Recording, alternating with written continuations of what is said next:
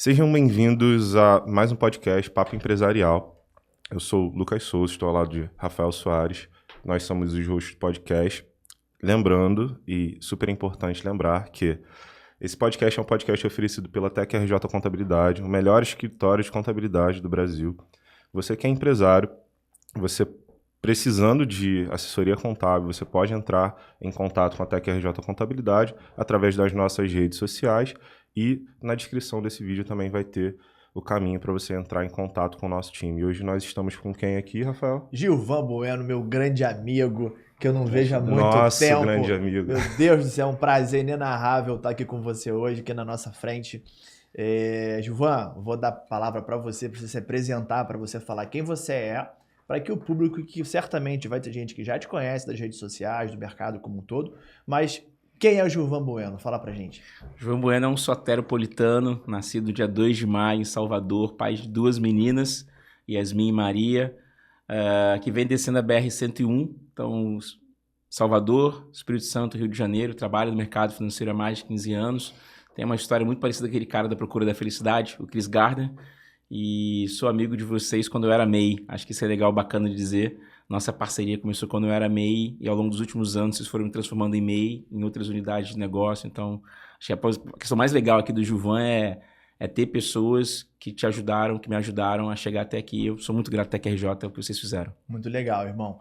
Conta pra gente como é que tudo começou. Você, certamente, né, assim, eu sei da sua história, mas conta pra gente como é que você chegou no mercado financeiro, se você teve alguém para te ajudar, se alguém te indicou, se você já chegou direto no mercado financeiro, ou se você iniciou com outra atividade, foi caminhando para esse mercado, se sempre foi a sua vontade, ou se realmente foi uma coisa que a vida foi te levando. Acho que se eu fosse dividir em princípios, acho que o primeiro princípio que eu vou falar aqui é você precisa de uma referência. Acho que tudo nasce ali.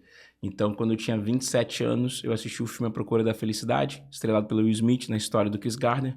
Olhei para aquela história e falei, cara, descobri que era uma história verídica, fui ler o livro e falei, cara, quero fazer a mesma coisa que esse cara. Acho que aqui tem um segundo valor, que é família.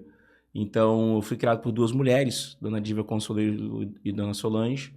Não tinha um contato muito com meu pai, eu vi meu pai 2 vezes na vida.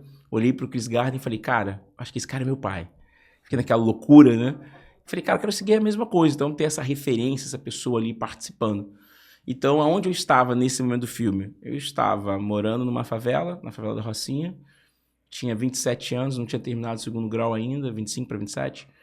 Tava muita deriva, tava meio perdido, assim, sabe? Sem saber para onde ir, mas eu era o chefe dos garçons, no Botafogo pra Shopping.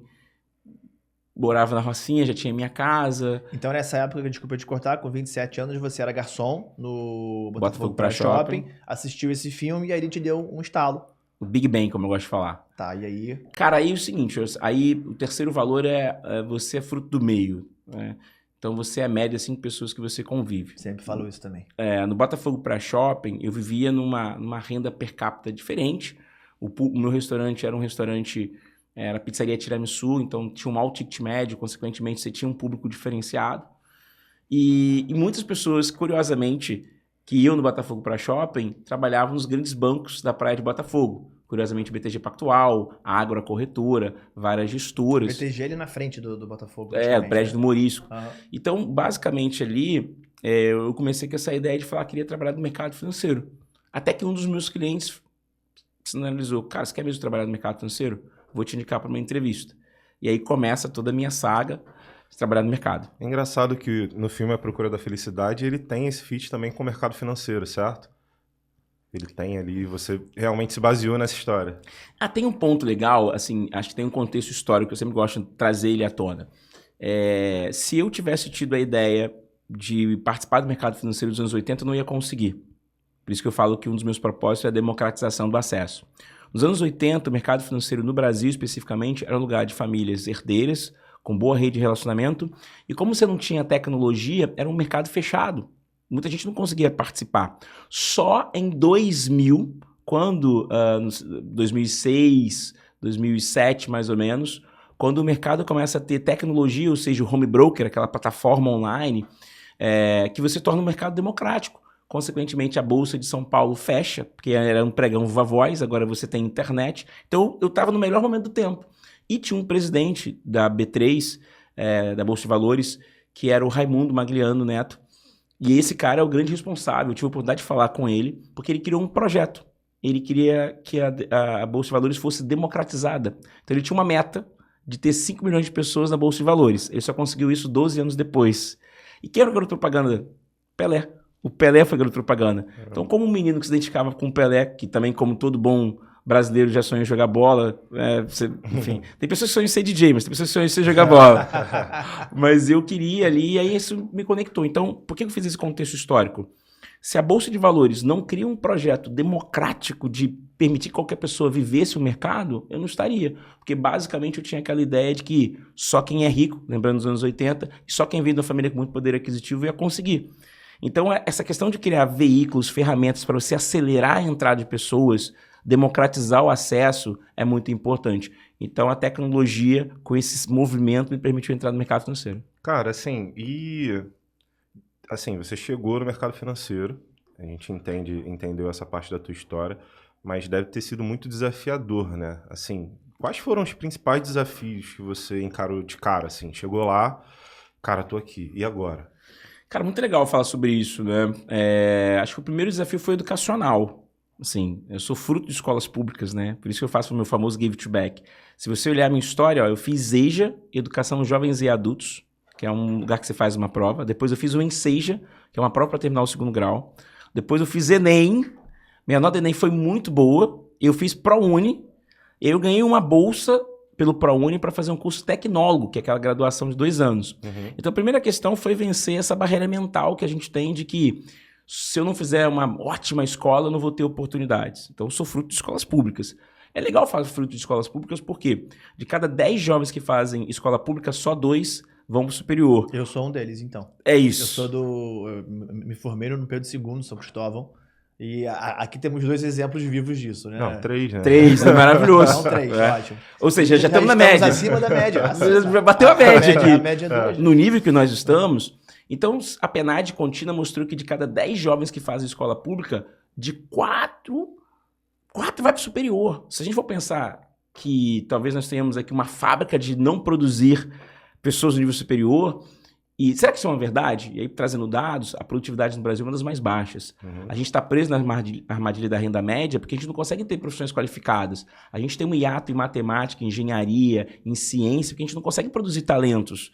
E se você vai para uma escola particular, é muito caro. Nós temos filhos aqui, todos os 3. Então, esse foi o primeiro desafio. O segundo desafio foi, mais uma vez, mindset, assim, mentalidade. Acho que esse foi um ponto importante. Mentalidade de que eu posso estar ali, esse lugar eu posso acessar, eu tenho competências para isso. E o terceiro foi vencer um problema social. Durante 3 anos eu morei na favela da Rocinha, comprei de um amigo pagando R$300 por mês, foi R$10 mil. E eu descia muito cedo da favela, né, para chegar no prédio da Bolsa de Valores. Foi meu primeiro emprego no mercado financeiro. Então as pessoas falam assim, você é muito determinado. Só que as pessoas não sabiam que eu saía muito cedo para ninguém me ver chegando.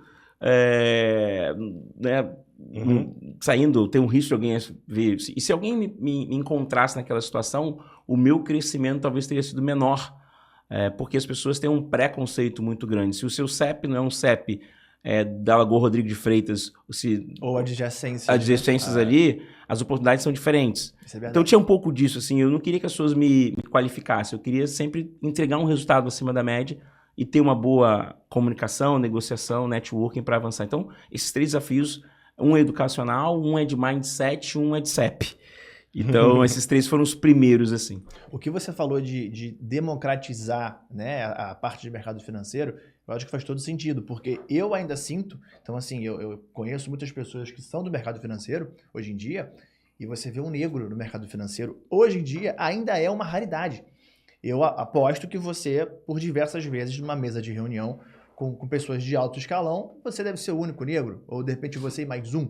Então, assim, quais qualidades e quais estratégias você teve que usar nessa época para você falar assim, olha, eu tô aqui e eu mereço estar aqui. Então, assim, não me olha diferente não, porque eu não sou diferente de você, eu sou igual a você. Não é porque a minha cor é essa ou é aquela que eu sou diferente. Então, assim, como é que você usou isso e, assim, e o quão difícil isso foi para você? Cara, primeiro... Ou ainda é, não sei. Acho que um ponto legal, eu vou usar a narrativa do Stevie Wonder. O Stevie Wonder, ele tem uma narrativa que é muito legal. Ele falou, eu só sou o Stevie Wonder, sou incrível e gravo muitos CDs porque eu sou cego. Porque a minha maior vantagem competitiva é tocar piano muito bem, cego, né? E ele fala, então ele tornou isso a grande vantagem competitiva dele. No meu caso, essa é a minha grande vantagem competitiva, né? Ser negro no mercado financeiro, para mim, é a minha maior vantagem competitiva. Porque eu tenho um diferencial competitivo, né? São as principais formações do mercado financeiro, é uma boa capacidade de narrar fatos e dados, ter uma memória muito boa, ter uma boa negociação, ter carisma e saber ali me passar a ideia de vender. Então, se eu fosse num outro perfil, eu seria igual mais um. Mas essa ideia de ser um homem negro com as competências necessárias para trabalhar e na escassez de pessoas que existem me trouxe uma vantagem competitiva. Porque se você olhar, você não vai ter outros tão rápidos. Hoje tem, graças a Deus, e vamos ter mais. A gente se dedica para isso. Mas isso foi minha vantagem competitiva. Mas tem, fora o ponto Stevie Wonder, tem o ponto da minha inspiração, que é o Chris Gardner. Então, após assistir o filme, a minha capacidade de ser autodidata me permitiu ler o livro. E no livro, o Chris Gardner tem uma frase muito legal. Ele fala assim, ó, o dinheiro tem preto, amarelo, roxo, branco, o que for, mas tem um verde, e verde é a cor do dinheiro. Então isso é independente do que acontecer, o verde é a principal cor. Então no próprio livro, essa parte ficou muito na minha cabeça, que se você está fazendo as pessoas ganharem dinheiro nesse mercado, tudo acontece muito bem. Acho que o terceiro ponto, assim, narrando bem, tem o Stevie Wonder e o Chris Gardner, é qual o meu objetivo nesse mercado? O meu objetivo nesse mercado é contar uma história triste ou levar resultado? Então, todo mundo tem uma história triste, mas você quer comprar uma história triste? Você quer comprar uma história triste? Você de casa quer comprar uma história triste? Então, cara, o meu foco foi entregar resultado acima da média e ser muito bom nisso. Mas eu vou insistir no que eu te falei. Isso é muito legal, eu acho, tá? Você falar isso hoje. Então, hoje a gente entende pra caramba que é pra caramba um seu diferencial. Mas lá no começo, quando você começou, você já enxergava assim, cara, isso é um diferencial, eu vou usar isso a meu favor? Ou você foi percebendo isso ao longo do tempo e hoje em dia você, obviamente, sabe que isso é verdade? Cara, ótima pergunta. Mais uma vez, vou trazer a janela do tempo. Eu estava na melhor janela do tempo para não ter esse problema. Se eu tivesse hoje, talvez seria um assunto mais latente. Por quê? Eu entrei no mercado financeiro em 2009, pós-crise de 2008, onde ninguém queria trabalhar no mercado financeiro e onde as empresas estavam desesperadas atrás de pessoas. E eu entrei num lugar que tinha, mais uma vez, a gente é fruto do meio, uma excelente cultura. E nesse lugar que eu fui trabalhar, estava o meu amigo. Então, acho que, com muita convicção, eu tive um ambiente muito melhor.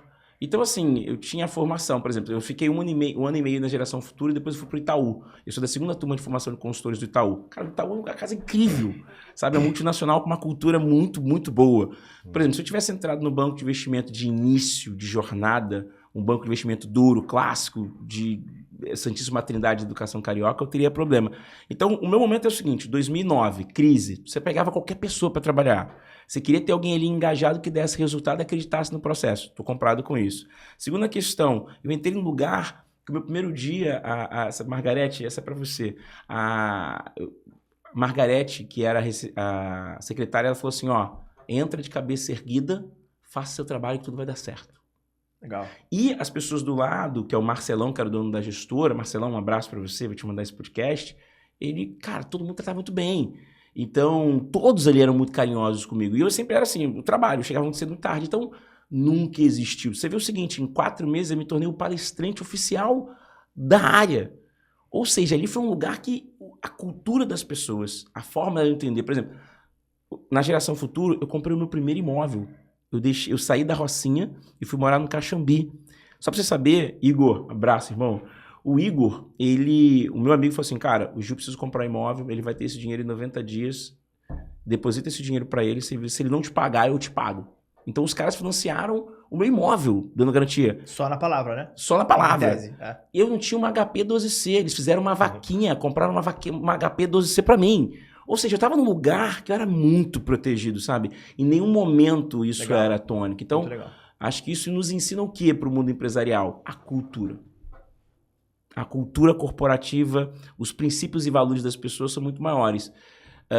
Se eu tivesse crescido numa instituição que isso é um problema, talvez eu não estaria aqui, mentalmente teria fracassado. Então, acho que conscientizar as pessoas, trazer um olhar diferente, esse olhar amoroso. Por exemplo, minhas camisas, que são camisas feitas ao alfaiate, eu não tinha dinheiro para pagar. E o cara que é meu mentor Inclusive, até é o hoje... mesmo que o meu. Maravilhoso, né? Ele falou assim, o meu amigo falou assim, ó, se o Gil não pagar, ele não tem dinheiro. Você pode parcelar para ele? Se ele não pagar, eu pago. Então, todas as pessoas me ajudaram. Existia ali, então, o movimento genuíno de me ajudar. Todo mundo sabia que eu era um garçom, que eu vinha de uma outra realidade, e acho que eu tinha um amigo que me ajudou muito ali. Então, a minha situação, e é por isso que eu falo, eu sempre tenho um cuidado para não deixarem me tokenizar. Eu não sou um padrão. Eu tenho uma vantagem competitiva que a minha janela de tempo é muito boa. Por exemplo, se eu chego hoje com um movimento um pouco diferente, uma preocupação com isso, eu acho que eu teria mais esse problema. Eu só fui sentir essa situação quando 5 anos depois eu tenho uma perda no processo seletivo. Que esse assunto vem à tona, mas eu fiquei 5 anos navegando Oceano Azul. Então não Vento foi de popa, né? Vento de popa. Uma coisa assim, se você me permite complementar isso que você falou, a cultura é importante, a educação é importante, mas nada disso seria suficiente se você não tivesse esse mindset da adversidade você gerar uma oportunidade. Então isso aí eu acho que também que é uma peça-chave para você virar o jogo realmente da sua vida. Então, voltando um pouco, então foram 3 desafios: educacional, mental e CEP. Maravilhoso, né? Passei também um pouco pelos 3 e sei como é. É inevitável não passar. Sei como é. Queria que a gente fosse um pouco pro como. Assim, dentre os 3, eu acho que o mental é muito desafiador para muita gente que está ouvindo a gente aqui. Como que você fez para suportar, para passar por esses desafios e crescer e se tornar o que você se tornou? Rapidinho, e se eu pudesse elencar em termos de dificuldade, eu acho que o mental é o pior deles. Sim. Né? Sim. Assim, eu No acho nosso que momento atual é o mais difícil de você chegar e dar uma mexida. Né? Mais uma vez, a gente fez o Tech Day lá no nosso escritório, que é um dia que a gente tira para todos os colaboradores, e o tema foi inteligência emocional. É um tema muito importante. Inteligência emocional e comunicação, que também a gente vai falar sobre isso, que eu sei que você tem um produto voltado para isso, para a comunicação. Legal. Mas eu acho que é importante as pessoas terem referência, como você teve do Chris Garden, e hoje você vai ser a referência de muitas pessoas que estão ouvindo você aqui. Gratidão. E como? Cara, eu sou... É isso que eu falo, né? Eu sou moldado desde os meus 9 anos de idade. Eu fui criado por uma mulher incrível, que foi minha avó, uma mulher que não sabia ler e que me ensinou a ler, que sacrificou sua vida para que eu estivesse aqui, Dona Diva Consuelo. E ela era o Capitão Nascimento, assim, sabe? Ela era uma pessoa muito dura, muito rude, então eu não cresci com muito afeto.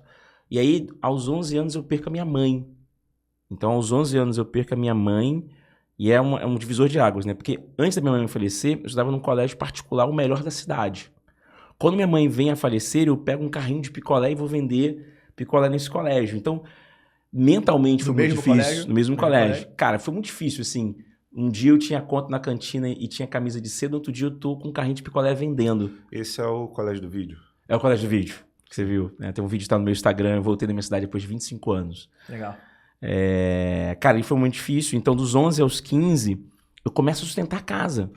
Eu vendia jornal, catava lata velha, eu, enfim, passei algumas necessidades. Para quem tem aquele saco de pipoca roxinho, sabe o que eu tô falando? Só quem está em um saco de pipoca roxinho, que custa muito barato, aquela pipoca muito sem vergonha, entende o que eu tô falando? Então, cara, algumas pessoas com isso já comeram aquela pipoca porque eu não tinha ali o poder econômico para comprar comida. E aí, com 15 anos, cara, a minha mãe tem uma morte muito brutal e a minha avó vai buscar ela. E a minha avó volta muito transtornada desse episódio.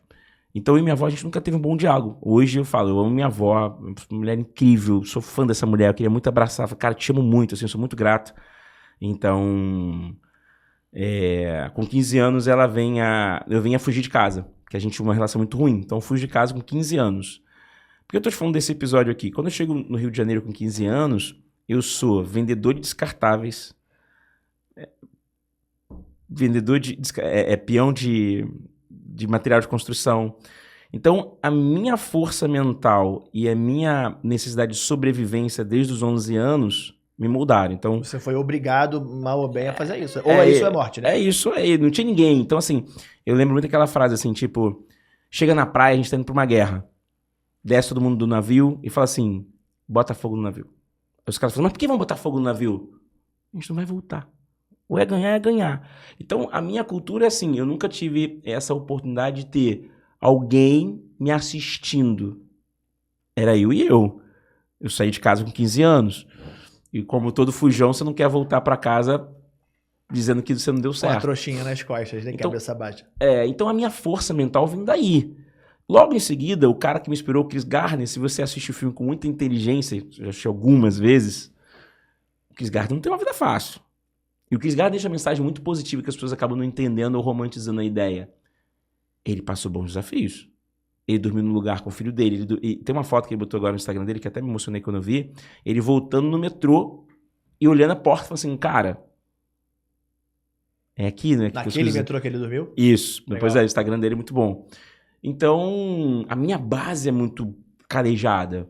Então, assim, e aí eu vou falar assim, é muito difícil de competir com alguém que tem um DNA de sobrevivência. Se você, porque assim, o meu DNA é de sobrevivência, competir comigo é difícil. Porque o cara, ele vai de 9 às 6, a moça vai de 9 às 6. Eu vou 73 horas. Vocês me conhecem há mais de 7 anos pior cenário. Quem me conhece sabe, assim, é muito trabalho, muito esforço. Então, isso foi assim, a minha, dentro da sua pergunta, a minha base familiar de escassez, as adversidades e a construção de sobrevivência mudaram muito forte. Então, assim, eu conheço muita gente que teve também escassez, que teve essa base de sobrevivência, que veio de lugares com CEP difícil também, com educação difícil, e que não conseguiram ter a mesma mentalidade que você teve. Assim, você tem alguma motivação, um motivo para sua ação, alguma coisa que faça com que você quisesse acima da média, com que fizesse com que você quisesse acima da média? Acho que querer não é o suficiente, né? Mas o agir, assim, o que fez você agir melhor? Acho que assim, eu morei sempre muitos anos, 2 fatores. Acho que eu posso trazer rápido aqui. Eu morei durante algum tempo na casa dos outros de favor. E eu morei numa casa que tinha 21 pessoas. Então, em algum momento do tempo, eu quis a minha liberdade. Consequentemente, eu trabalhei para ter meu primeiro APzinho ali alugado. Então, esse é um ponto. Mas, cara, tem um fator muito chave na minha vida, né? O xadrez. Eu sempre falo sobre isso, né? Dos meus 17 aos 22 anos, eu fui em xadrez semi-profissional. Então, o xadrez, ele teve muito aquela ideia de plano. Então, planejar os atos, as coisas, teve uma coisa muito ali, a estrutura de um plano, vamos colocar assim, de estratégia. Então, acredito que... E o xadrez me trouxe muito ser autodidata. Eu leio muito, né? Eu gosto de conteúdo, curiosidade. Mas eu sou fruto da minha avó. A minha avó era uma máquina de conteúdo, de ver novela, de filme, de série. Ela era incrível. Então, na minha casa tinha muitos livros e minha avó via muito filme, novela. Então, eu acredito que eu sou muito fruto daquela mulher, entendeu? Então, assim, como eu tinha uma boa base cultural e jogava, tinha ideia de plano, de saber sobrevivência, eu acho que também tem uma questão, acho que um quarto fator que a gente estava falando, não falamos aqui, que é autoconsciência, assim. Autodisciplina e autoconsciência. Mas acho que a autoconsciência é um ponto importante. Por exemplo, eu poderia ser um traficante. Mas quais as consequências de ser um traficante, né? Eu vou morrer rápido, né? Eu poderia ser um cara acomodado. Mas, pô, esse cara acomodado não vai dar certo. Né?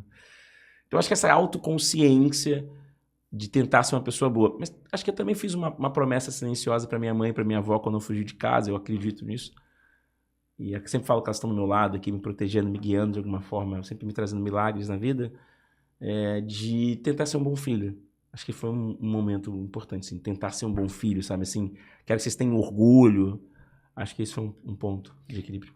E eu acho que nesse seu cenário, né, de vida, naquela época com a sua mãe e a sua avó, você só teria 2 caminhos. Não teria mais do que 2 caminhos. Primeiro caminho, usar isso como bengala.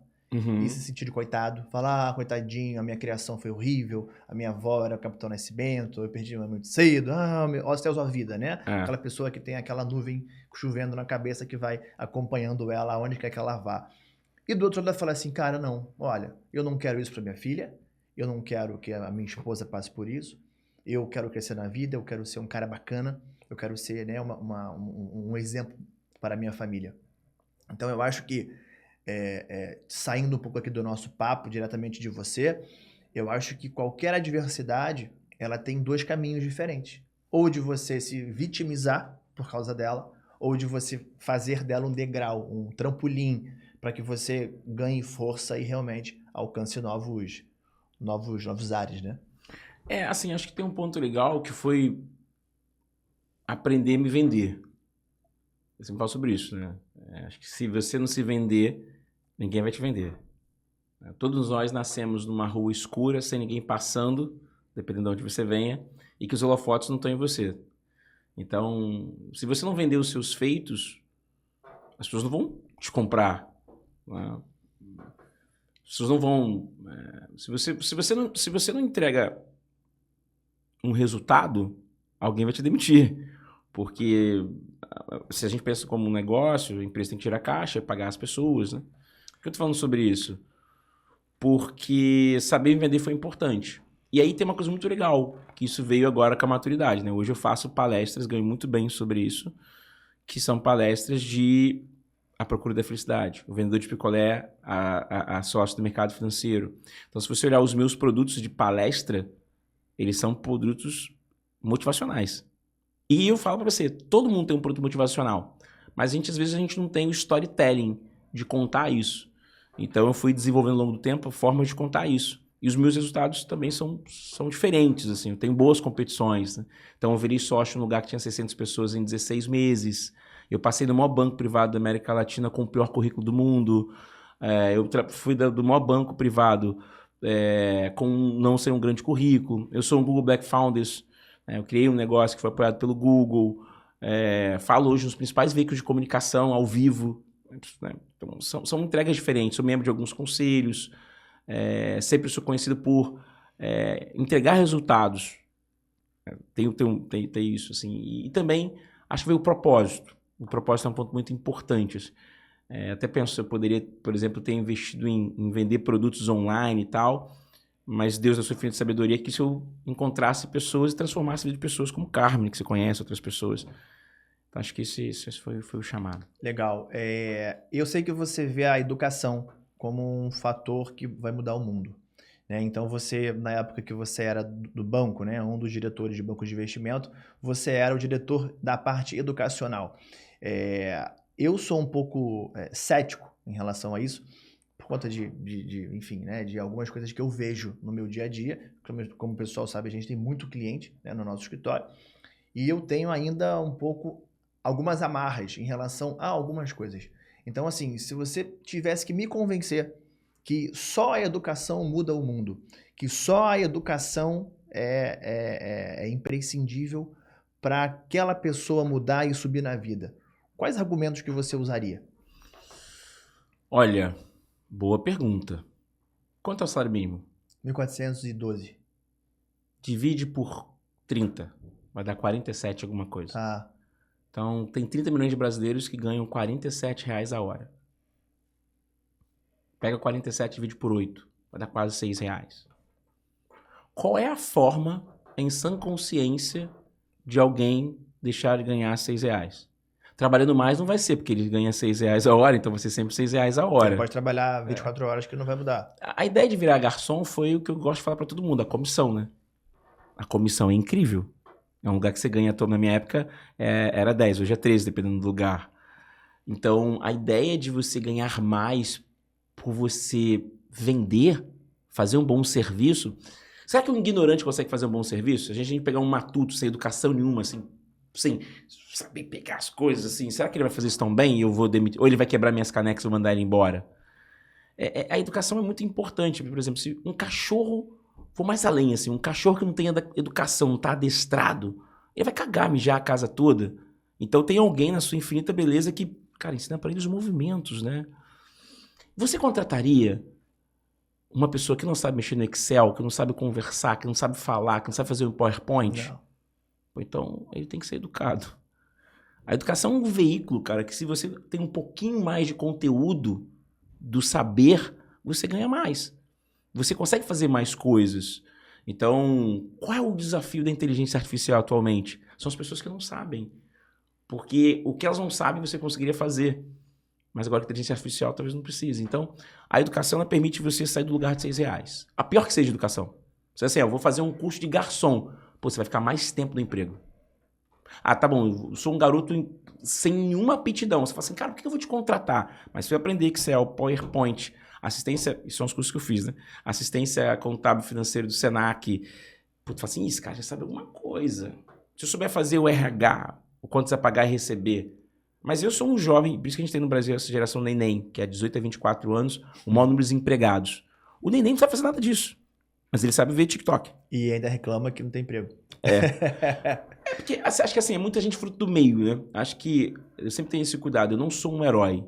Eu sempre gosto de falar assim, cara, eu não sou um herói. Eu sou um ser humano, eu sangro, eu tenho dor, eu tenho problemas mentais como toda pessoa. Eu também tenho momentos super difíceis, mas o cara lá de cima vem, os amigos, ele apoia. Eu não sou um super-herói.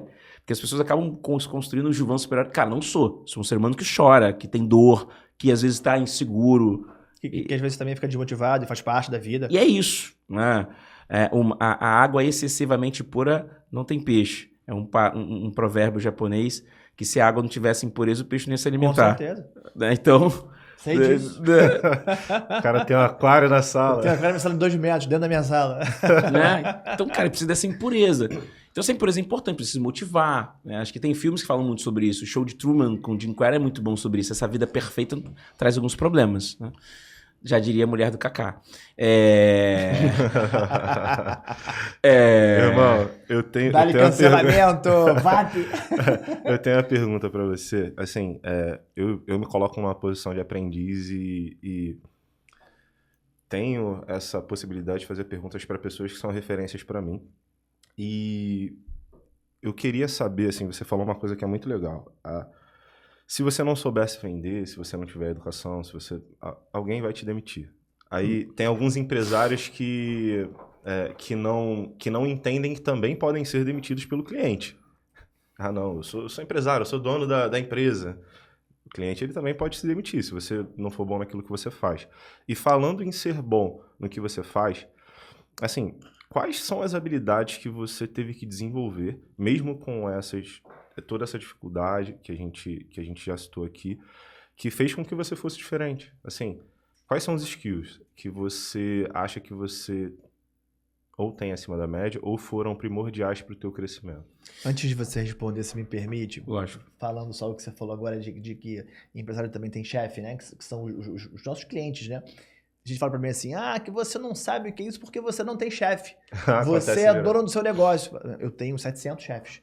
Você tem um só. Sem contar os interesses dos sócios, sem contar os interesses dos funcionários. Eu fico falando que lá na empresa, até brinco com o pessoal falando que eu sou sanduíche. Eu sou o ovo do sanduíche.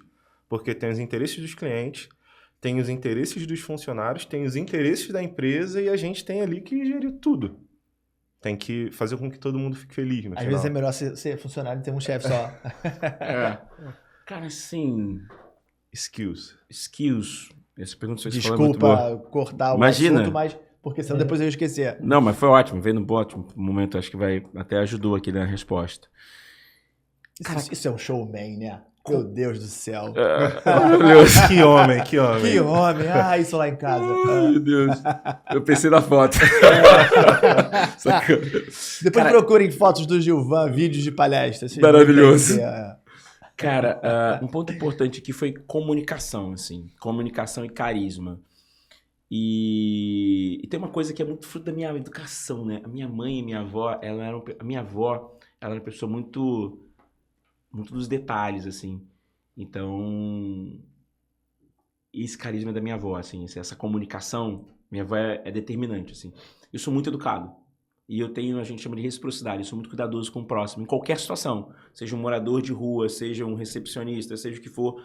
Então, essa comunicação e essa educação juntas são assim, muito importantes, porque...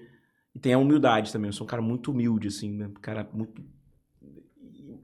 Enfim, então a comunicação e a educação foram variáveis importantes que abriram portas. A segunda foi saber vender.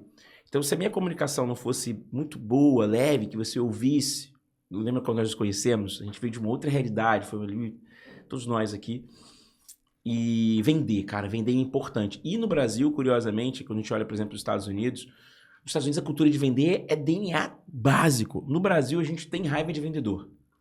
Todo mundo fala que é vendedor, o cara fala assim, não, é 7-1. Tem algumas pessoas tem isso. Mas eu entendi que vender, por eu ter sido garçom, me dava mais dinheiro. Então, cara, se eu vender isso aqui, eu vou ganhar mais.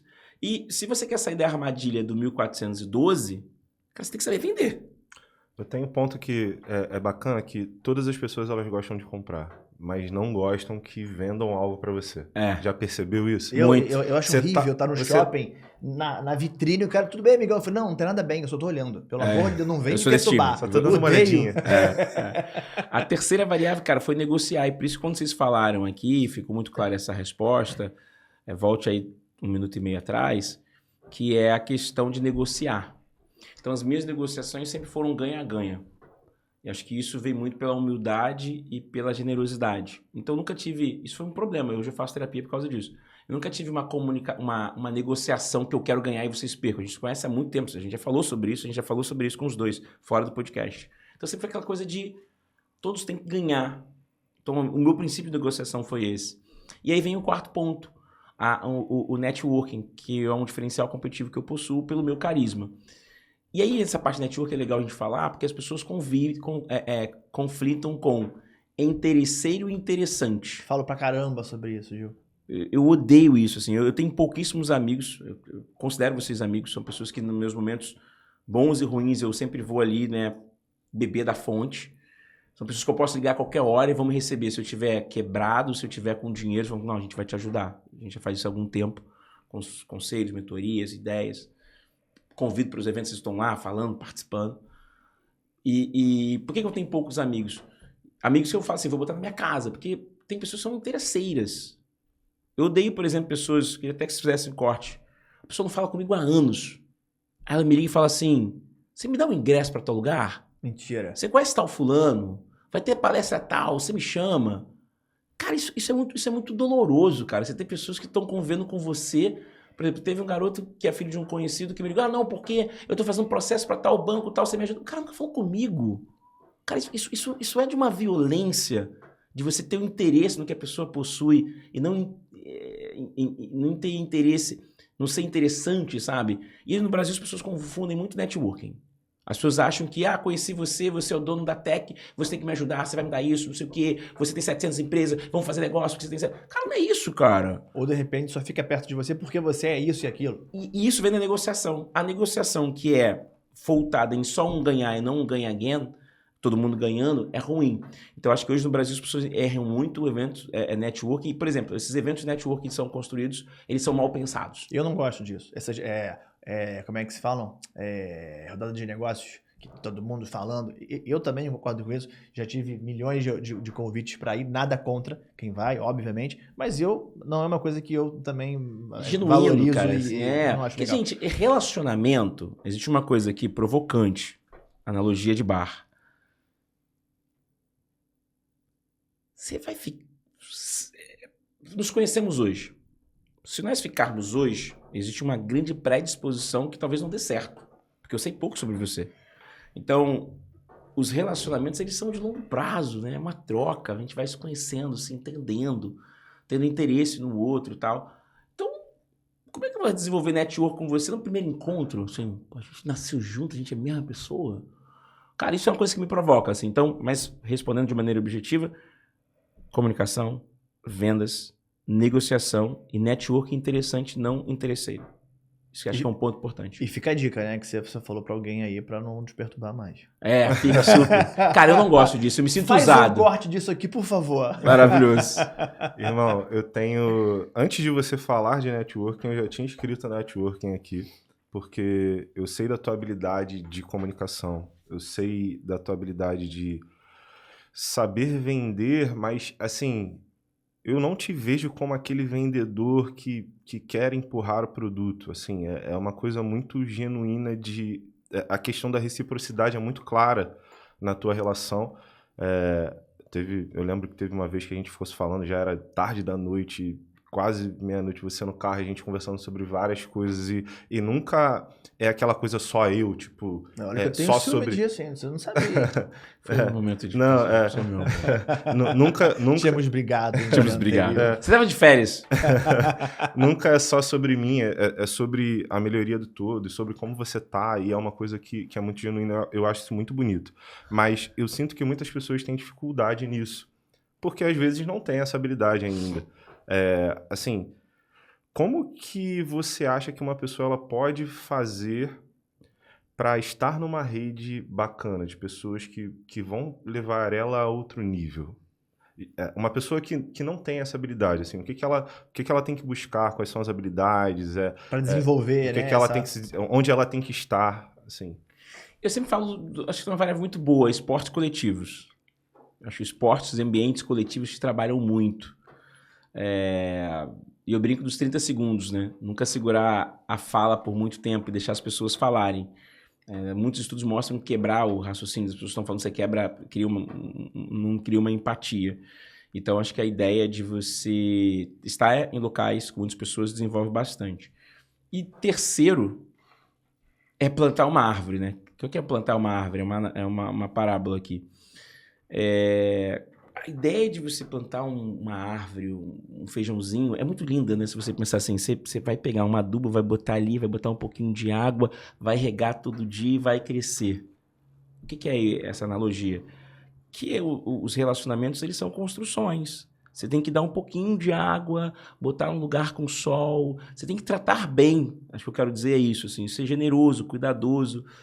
Desenvolver uma questão, acho que o quarto fator é desenvolver a questão de uma comunicação não violenta.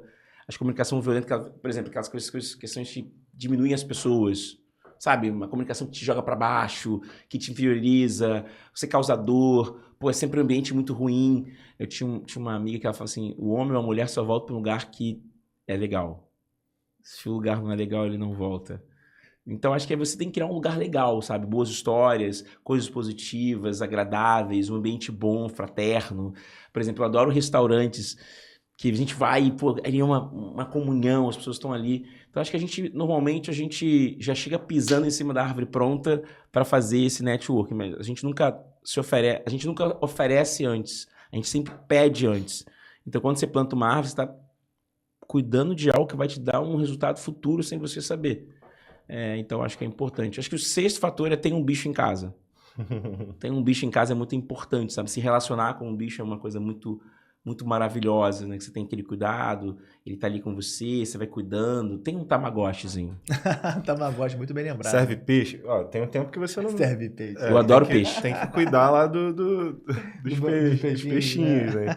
É do Nemo. Você não dá nome pra peixe, não, Não né? dou nome, não. Não é mesmo. Eu dou nome pra planta. Olha que loucura, né? Dá nome Eu já vi esse plantinha da sua casa. Tem aquele ainda? Não é possível. Você mostrou da última vez que eu fui lá, tinha umas Bonsai? plantinhas.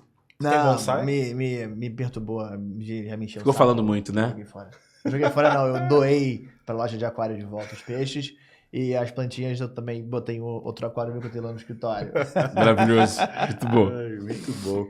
E, Gil, assim, e como está o Gilvan agora, nesse momento? Quais são os projetos? Assim, sei que você é um cara, assim, a gente vai conversar lá, aí Gilvan chegou, a gente vai fazer uma reunião, eu e o Gilvan, quando tu não tá, é assim, é um papel, aí ele pega o papel assim, aí ele fala, Lucas, o papel tá em branco.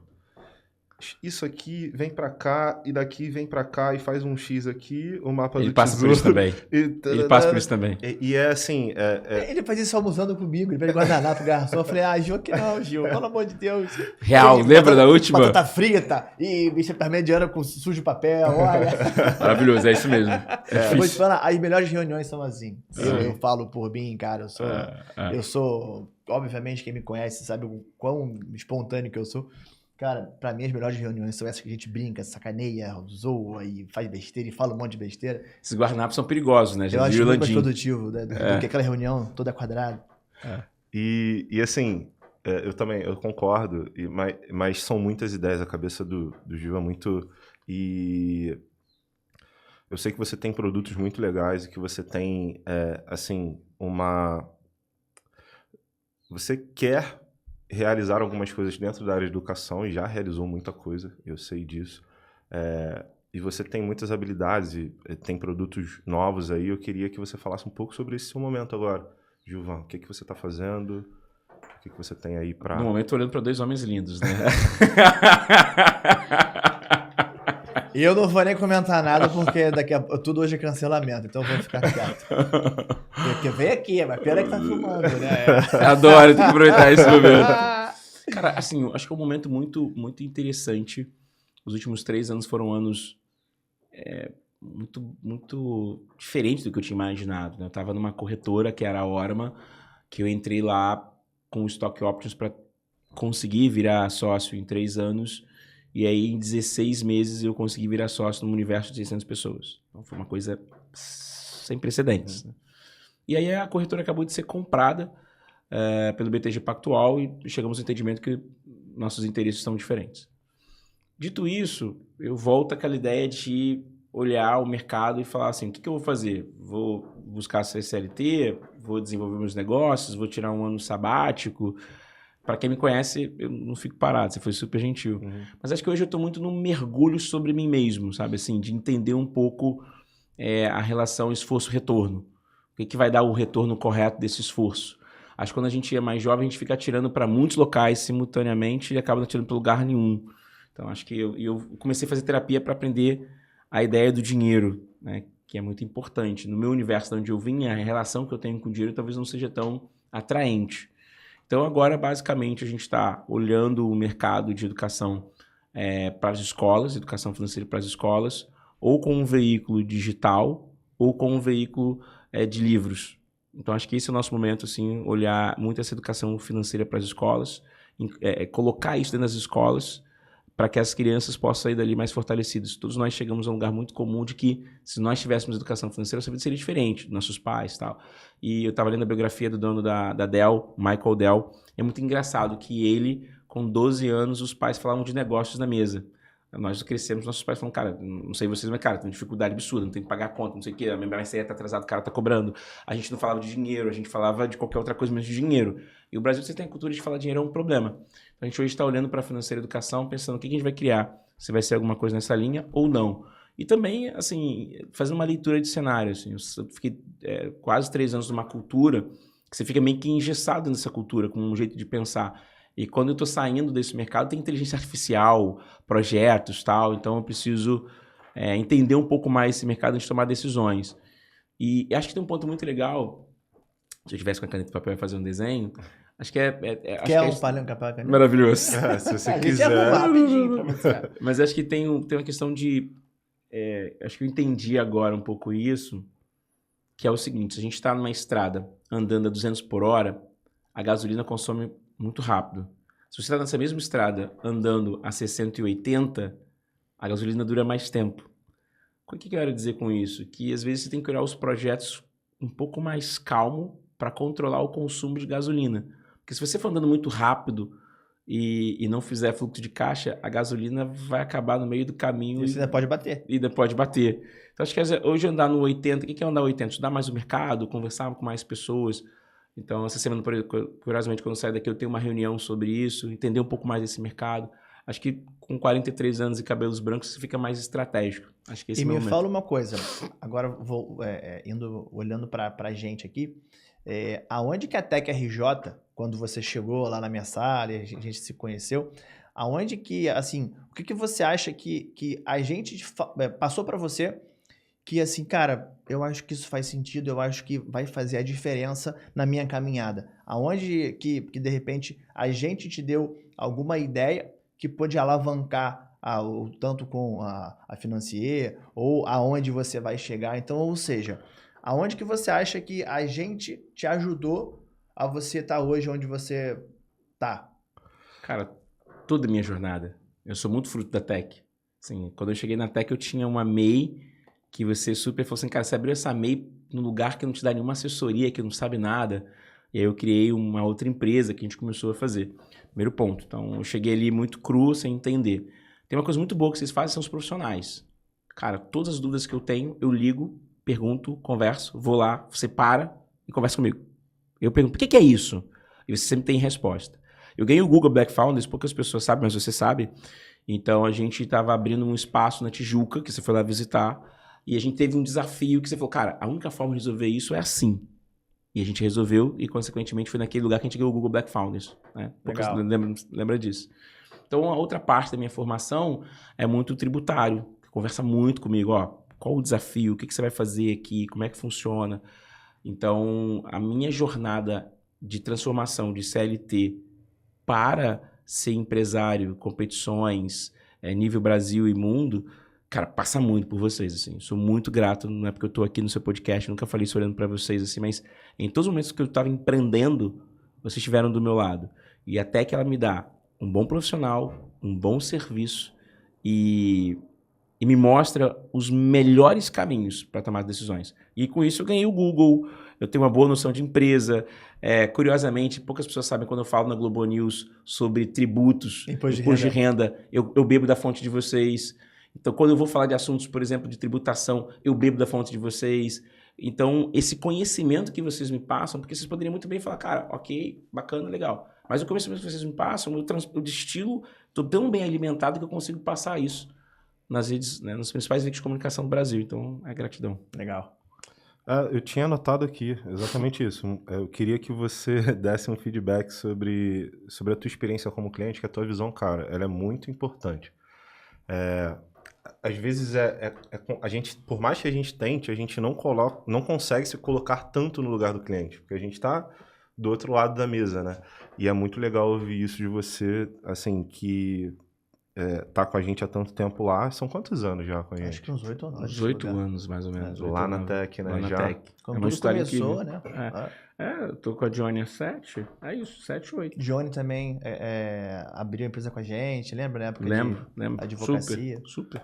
E eu tenho uma pergunta aqui que é meio polêmica. Não é polêmica, não. Maravilhoso. Antes da pergunta, vamos tomar um Red Bull? Vamos tomar um Red Bull pra gente abrir. Red Bull te dá asas. Bora. Mas enquanto o Red Bull chega, eu vou fazer a pergunta aqui, que é um pouquinho polêmica, mas não é tão polêmica assim não, então se prepara. Tá bom. Como foi conhecer o Papa? Ah! Porque a gente tem um cara aqui da mesa que conheceu... Cara, apertou a mão do Papa, né? Apertou a mão do Papa. Então, assim... Pouquíssimas pessoas isso. Nossa. Me explica essa história aí. Essa história é muito boa. Essa história, para quem estiver nos ouvindo, ela tem que ouvir e eu vou ajudar. Vou trazer alguns inputs de como aconteceu. A primeira questão, acho que é o meu relacionamento com a Tech, né? Tem um parceiro, tem alguém que esteja do seu lado. Existe um cara no Brasil chamado Frei Davi, que é um cara que criou a Educafro, que há mais de 40 anos, que é uma instituição que promove diversos aceleradores educacionais para a população negra. E o Frei Davi me ligou e falou, cara, o Papa Francisco criou, antes da pandemia, a Economia de Francisco. Ele me convidou se eu poderia levar 6 pessoas. Você quer ir? Eu falei, cara, eu posso, mas eu posso levar minha esposa? E aí ele falou, tá bom. Aí, vamos aí, Johnny. Chegando na casa de Johnny, o Frei Davi conhecia os franciscanos. Então, nós ficamos na casa dos franciscanos. E um dos franciscanos foi ministro papal do Vaticano. O Vaticano, para quem não sabe, é uma cidadezinha, não é um bairro, é uma cidade dentro de Roma. E ele teve um ministro papal que estava lá nos franciscanos. Legal. E aí, Dione é devota de Nossa Senhora de Fátima. Né? Quando ela chegou lá, ela falou assim pro ministro papal, ex-ministro papal, poxa, eu queria muito ir na missa do Papa, porque o Papa tem uma missa muito exclusiva, 7 da manhã de uma quarta-feira. E nós chegamos nessa data. E aí ele ficou quieto, tal. Daqui a pouco, no final do dia, ele aparece com o convite para entrar. Saímos cedo de casa. Dione coloca uma roupa branca e o texto na Senhora de Fátima. Ela bota uma calça, uma blusa. Vocês sabem, não ando sem paletó. Acho que é mais fácil o paletó andar sozinho, né? Uhum. E aí vamos andando, tal, não sei o quê. Chegamos no Vaticano, estamos andando. Então é um casal, é um time, né? Um apoiando o outro. Aí o cara fala assim... Vocês não são aqui não. Então, aqui está o Vaticano. Aqui tem um espaço que você chega e a gente vai ficar aqui, de frente pro Papa. E o cara fala assim, não, vocês aqui não. Vocês aqui pelo canto. Eu falei, pô, que merda, já viram que a gente é brasileiro. Aí cheguei lá, o cara falou assim, cadê sua gravata? Mentira. Eu falei, gravata? Gravata pra quê? Andiamo, não tem gravata, andiamo. Cara, a gente foi andando. Bem italiano, né? Bem italiano, de jeito carinhoso de ser. A gente foi andando, e nós olhamos que aqui tinha vários casais que iam casar. Então eles estavam imaginando que nós éramos noivos e ia casar. Eu falei, vamos embora. O Johnny falou, não, tu vai casar comigo de novo. Vamos casar agora. Né? De Com novo, Papa ainda. com o Papa, né? A gente sentou lá, ficou lá e tal. Daqui a pouco veio o final, e o Frei Davi, é muito engraçado isso, o Frei Davi deu uma missão. A missão era, entregue a carta falando dos desafios dos políticos negros no Brasil. E a gente falou assim, cara, como a gente vai entregar essa carta pro Papa, né? Johnny, muito cedo, Johnny tava com o papel na mão e entregou a carta pro Papa. E tem uma foto no meu Instagram. Mas acho que quais são as lições aqui? No final casou, tem uma foto, logo foto de cara do meu Instagram. As lições o casal é mais forte. Se eu tivesse sozinho, eu não teria conseguido. A sua apresentação pessoal, por mais simples que seja, mas ela vai te ajudar a entrar em alguns espaços. Né? O terceiro são as conexões com as pessoas genuínas, carinhosas, né? E reciprocidade, eu poderia ter ido sozinho, mas eu pensei muito no casal, vamos eu e minha esposa. Se eu estivesse sozinho e a Johnny estivesse sozinho, nós não teríamos entrado naquele espaço. E foi aquele espaço que nos permitiu chegar próximo do Papa. Acho que o quinto fator é fale dos seus sonhos, assim, sabe? Fale dos seus sonhos. Porque a gente falou para o ministro papal que a gente tinha essa ambição. Então, acho que esses são os 5 fatores ali que ajudaram bastante. Mas, cara, foi um dia inesquecível. Eu não sabia que o Papa tinha me tocado. Eu não lembrava disso, estava meio em choque. E foi umas histórias, assim, muito aleatórias e impensáveis, né? Grazie mille. Cara, e assim, vem totalmente de acordo com tudo que você falou. Assim, a importância da comunicação, a importância do networking, esses skills que a gente vinha falando. E a gente estava conversando um pouco antes sobre olhar para trás e ser grato pelo que a gente conquistou. Né? Já imaginou, assim, você imaginava lá atrás com o Gilvan, que era garçom, morava na Rocinha, cara, apertando a mão do Papa, no Vaticano. Cara, são coisas muito, muito, muito impensáveis. Assim, eu sou um cara que eu tenho que agradecer muito a Deus. Ele tem um propósito, acredito. Mas esse dia foi assim, super impensável na minha jornada. Cara, normalmente eu tenho que ser surpresa, mas se você estiver assistindo e quiser me chamar para palestra corporativa, eu não mostro para a empresa esse vídeo. Mas, cara, o mais louco, o Papa foi, né? O Papa foi um especial, divino. Mas o mais impensável foi apertar a mão do Chris Gardner. Caramba. Do cara que me inspirou 12 anos depois. 12 anos depois de assistir o filme, eu apertei e conversei com um cara que me inspirou a entrar. Esse aí eu saí em estado de choque, não conseguia falar, liguei pra minha esposa na hora. Uma das histórias assim, mais impensáveis, não era convidado, não era nada. Foi muito perspicácia ali, enfim. Esse foi muito especial, assim, mas esse do Chris Gardner foi muito especial. Não que o do Papa não tenha sido. Mas eu vi o filme, e por isso que eu falo das referências serem importantes, né? Assistir o filme, beber daquela fonte, e 12 anos depois falar com o cara. Por isso que a minha próxima meta é o Obama. Então vamos bater essa aí. Sabe uma coisa que às vezes me perguntam assim, Rafa, me dá, sabe assim, uma dica de sucesso que você acha que você usou para você estar onde, né, chegar onde você chegou hoje em dia? Falou obstinação, seja obstinado naquilo que você deseja. Então, você levanta todos os dias da sua cama e pensando, olha, eu sou assim, eu vou fazer aquilo, eu vou conseguir todo dia, sem exceção. Aprendi isso no livro do Napoleão Hill, Quem Pensa Enriquece. E, cara, isso anda comigo todos os dias da minha vida. Eu quero ser, sei lá, empresário. Cara, eu todo dia acordava, todo dia, sem exceção. Não sei se eu já te falei isso. Todo dia acordava com essa meta. Acordava e fazia acontecer. Também não vai adiantar nada acordar, botar o pé no chão e falar eu vou ser, eu sou, e voltar a dormir, né? Ou você ficar em casa olhando o Instagram e jornal. Então, assim, ser obstinado e correr atrás dos seus sonhos, eu acho que o universo conspira a seu favor. E juntando com o networking, com uma boa comunicação, um estudo que você falou que você me convenceu aqui. Obrigado. Cara, são assim, é o combo. É o combo essencial para que as pessoas vençam na vida. Então, assim, nenhum de nós três aqui nasceu em berço de ouro. Ninguém aqui chegou e foi colocado no lugar. Ó, vai para lá para cima porque você, sei lá, é meu amiguinho ou você é bonitinho. Não, todos nós três aqui temos uma história um pouco parecida com isso. Mérito, né? Mérito, e eu acho que nós três aqui, a gente pode concordar que esse combo super funciona. Então, às vezes, alguém tá aqui assistindo a gente e aí a pessoa, sabe, não tem nenhuma indicação para nenhum lugar, ou a pessoa tá meio desmotivada. Cara, pega só isso que a gente falou aqui. Se você estudar, se você se cercar de pessoas boas, se você for obstinado, se você tiver dedicação, cara, as chances de ser... Não tô dizendo que você vai conseguir, mas as chances aumentam muito. Foi o que a gente fez a dinâmica na Tech Day. Eu vou deixar ele falar, até porque isso foi dele a ideia. E foi uma ideia maravilhosa. Então, ou seja, cara, faça acontecer. Eu acho também que isso vai, né? O Papa, o Chris Gardner. Então, eu acho que faça acontecer, que as chances disso acontecer, elas vão aumentar pra caramba. Muito verdade. A Tech Day é um evento que a gente fez pensando na galera, nos nossos colaboradores, né? No desenvolvimento de todo mundo.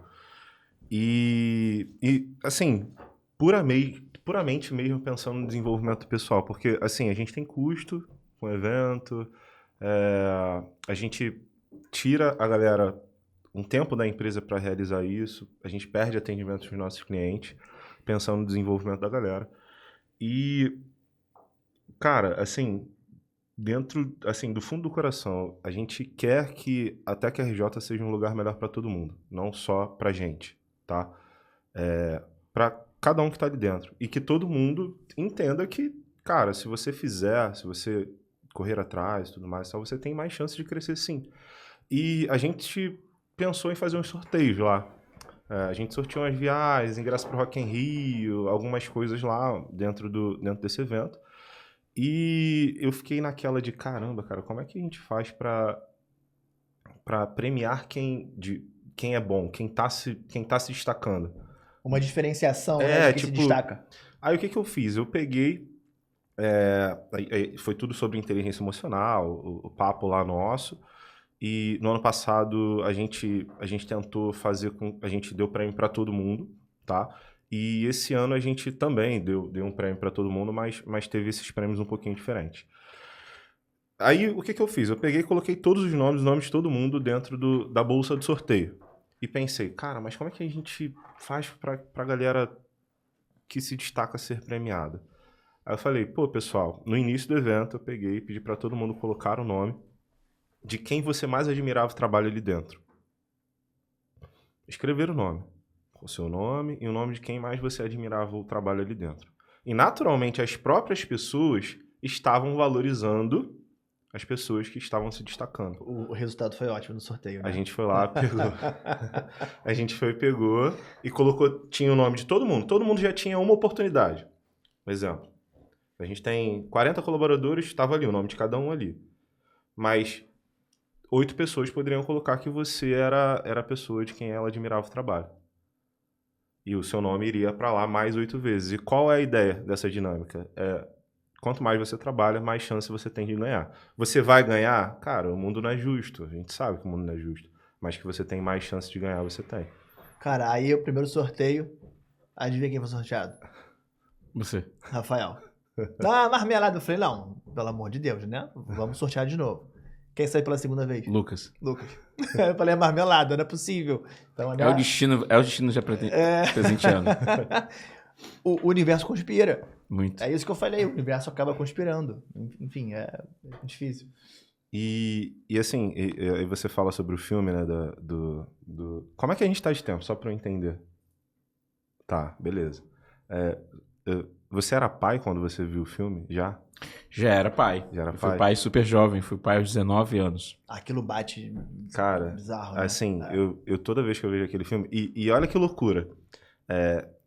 A última vez que eu vi esse filme, né, já depois de ser pai, que é uma coisa você ver o filme antes de você ser pai, que eu tinha visto antes de ser pai, e outra coisa você ver depois de ser pai. Tudo muda depois que vira pai, né? Como criança, eu chorei igual criança. Eu chorei muito, muito, muito, muito. Madrugada eu chorando, assim, e desesperadamente. Aí minha esposa acordou. Gilvan! Aí minha esposa acordou, tipo, cara, o que tá acontecendo? Tal. Aí eu, não, a procura da felicidade e tal. E na Tech Day também, a palestrante usou um exemplo desse filme. Passou um vídeo. Quando assim, tava lá o frame do vídeo, A Procura da Felicidade, que é aquela parte do basquete, que é bem... É muito marcante. É, bem marcante. Aí só tava o cabelinho, A Procura da Felicidade. Aí eu já me concentrando pra Já dá aquela... Pra não emocionar, assim, pra não chorar, que tinha que continuar o evento. E você fala bastante sobre referência, assim, e eu acho que isso foi um divisor de águas na sua vida. E, assim, que dica você daria para as pessoas que hoje não encontram alguém como referência, às vezes, dentro da própria família, ou dentro de uma rede de apoio ali que ela tenha? Quais os meios que elas podem... Você, assim, buscou fora. Mas quais os meios que ela pode utilizar para ter essa referência que vai fazer com que ela tenha o norte? Eu acho que a referência, ela te dá uma direção, assim. O que essa pessoa ela pode fazer?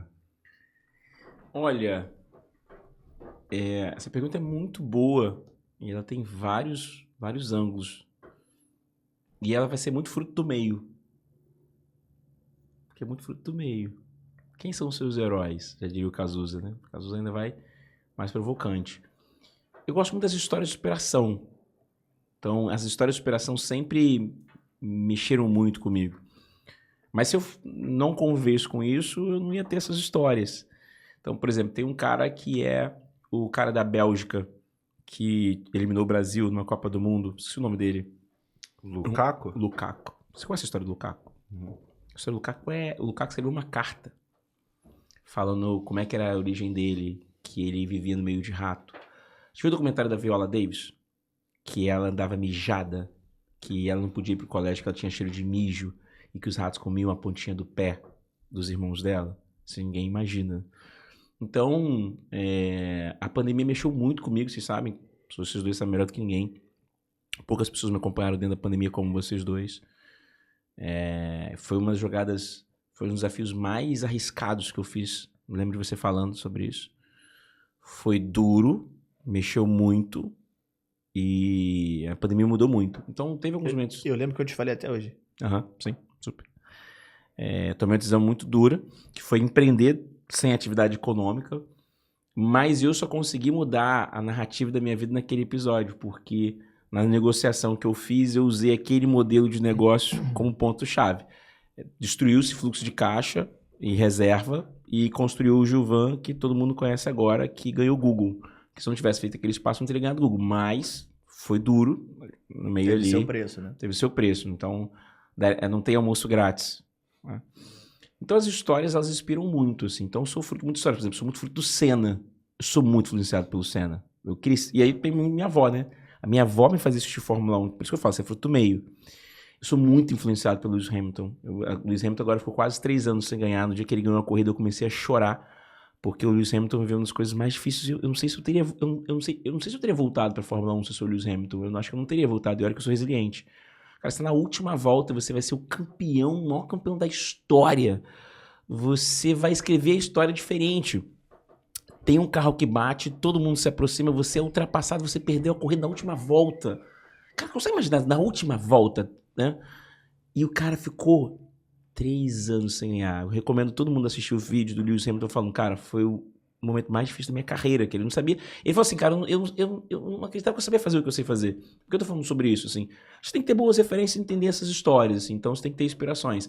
Então, com muito respeito, com muito cuidado, um jovem cresce numa comunidade, vendo traficante com um fuzil, com um cordão de ouro, com uma moto, com cercado, com as melhores mulheres. Ele vai acreditar no som do 1412? Por isso que eu falo pros pais, assim, a gente tá falando de filho, né? Porque a procura da felicidade mexe muito comigo? Por causa de um pai.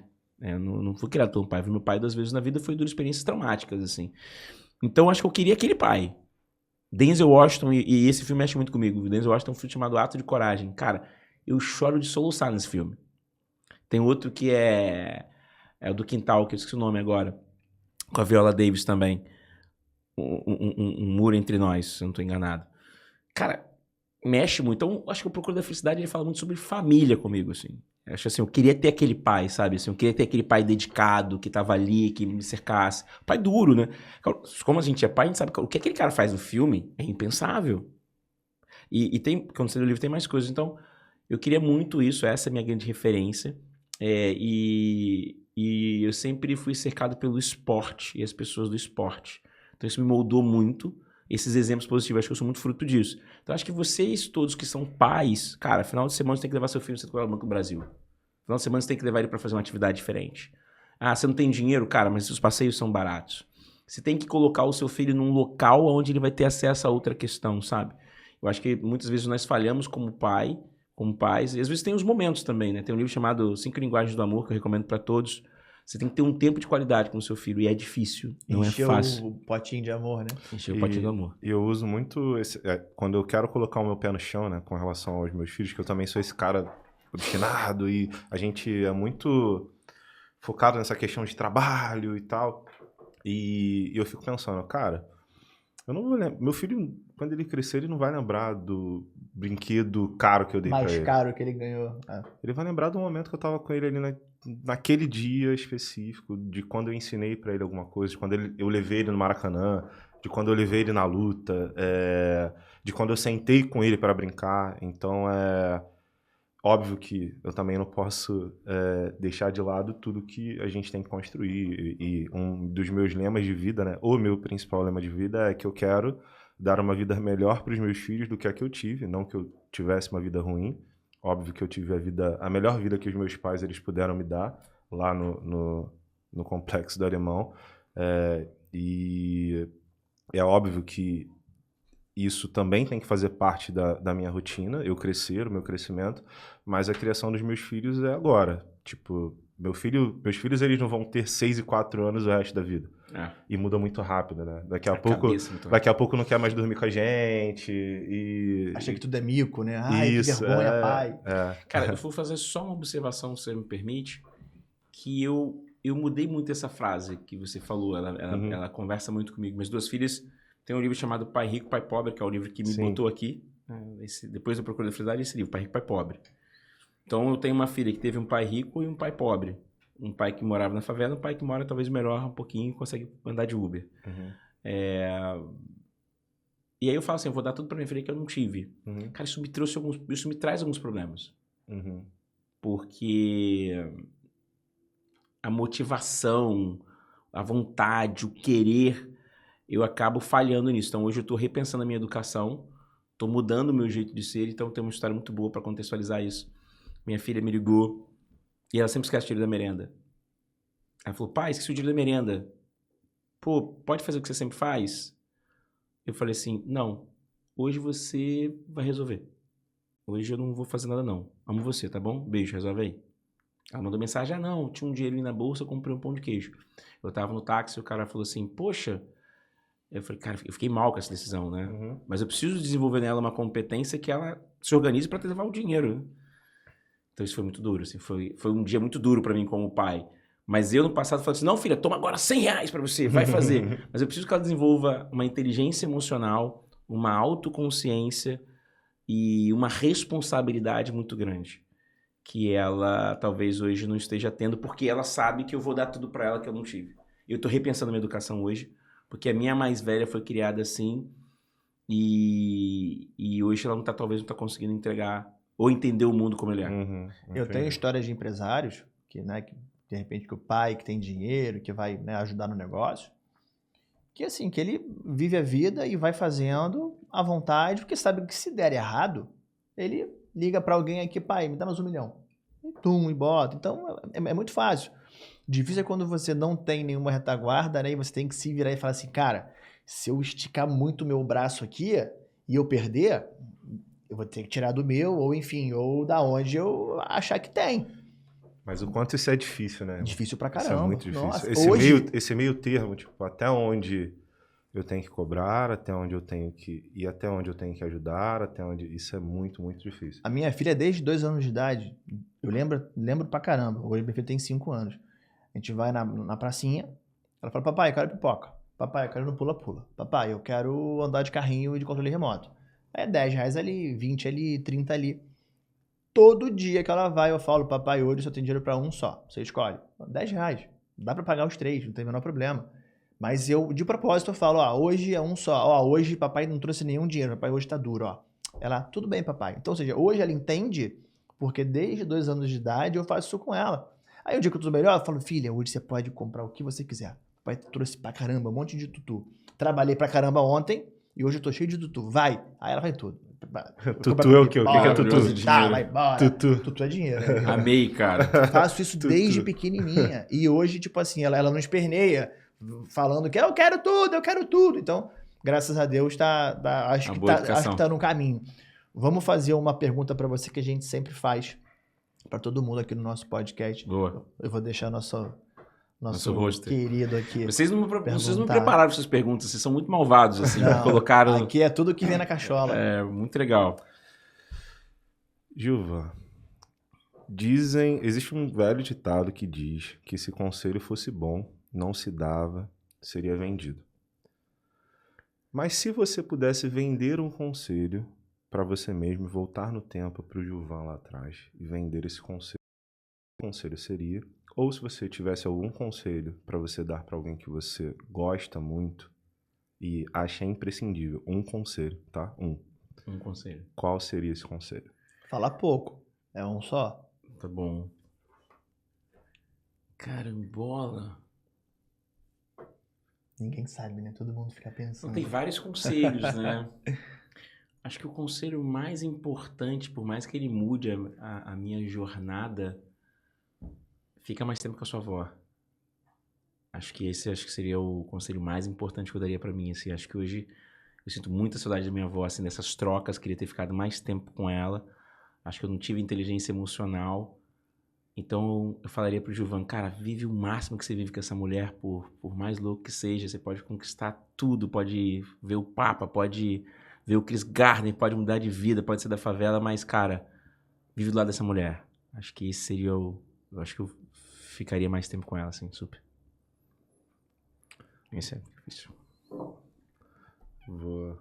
Quase chorei. É bizarro. Pesado, né? A gente sempre dá um presente pra todo mundo que vem aqui, uma forma de agradecimento. Obrigado. Então a gente te agradece demais, Gilvan. Obrigado, vocês são os queridos. Deixa eu te dar aqui. Foi, ainda bem que acabou, senão vocês iam me matar do coração. Deixa eu ver se tá tudo arrumadinho. Ah, aqui, coisa bonitinho, linda, cara. Gil, obrigado gratidão, pela sua cara. presença. Eu vou abrir Muito aqui, mas obrigado pelo seu tempo aqui com a Obrigado, gente. um dia super emocional aqui, A gente sabe o quanto a sua rotina é corrida. Ai, gente, que lindo. E o quão que você se esforçou para estar aqui com a gente. Então esse é o mínimo que a gente podia fazer por você. São maravilhosos, obrigado. Você falou que ia pegar o caderno, né? Gente, gratidão, viu? Obrigado. Não, eu sou fã de caixinhas, né, cara? A caixa tem um peso absurdo. Obrigado, gratidão. Então ótimo. Então pode jogar o resto fora e fica só com a caixa. Maravilhoso. Gil, como que as pessoas fazem para te encontrar nas redes sociais? Cara, super fácil. Pensa no Gilberto Gil e no Djavan. Gilvan Bueno. Tudo ali acha fácil. Gilvan Bueno no YouTube, Instagram, LinkedIn. 24 horas no ar. O nome mais arrumado e bonito do Instagram. Imagina, vocês são os queridos. Obrigado, gratidão. Gil, muito obrigado. Eu que agradeço. Muito obrigado pela sua presença. Lucas, você quer falar alguma coisa? Não, só agradecer mesmo. Pelo papo, pelo dia. Eu acho que eu sempre gosto de encerrar com uma mensagem muito, muito positiva, né? Então, quando eu estive em Washington, eu fui no monumento do Martin Luther King e fiquei muito emocionado, né? Eu sou muito fruto desse momento, né? Eu tenho um sonho, né? Então, acho que se você que está aí nos assistindo, você tem um sonho, não deixe de julgar pela cor da sua pele, por onde você mora, pelo lugar que você nasceu, pelo seu peso, pelo seu cabelo, pela sua sexualidade, pela sua religiosidade. Se você tem um sonho, se você tem um objetivo, coloca energia, pensamento positivo, se cerca de pessoas boas e seja obstinado que vai dar certo. Acho que essa é a minha mensagem. Super obrigado. Gratidão. Encerramos aqui, então, pessoal, mais um podcast com essa mensagem maravilhosa do nosso querido Gilvan Bueno. Obrigado pela sua audiência e até o próximo podcast. Obrigado, pessoal.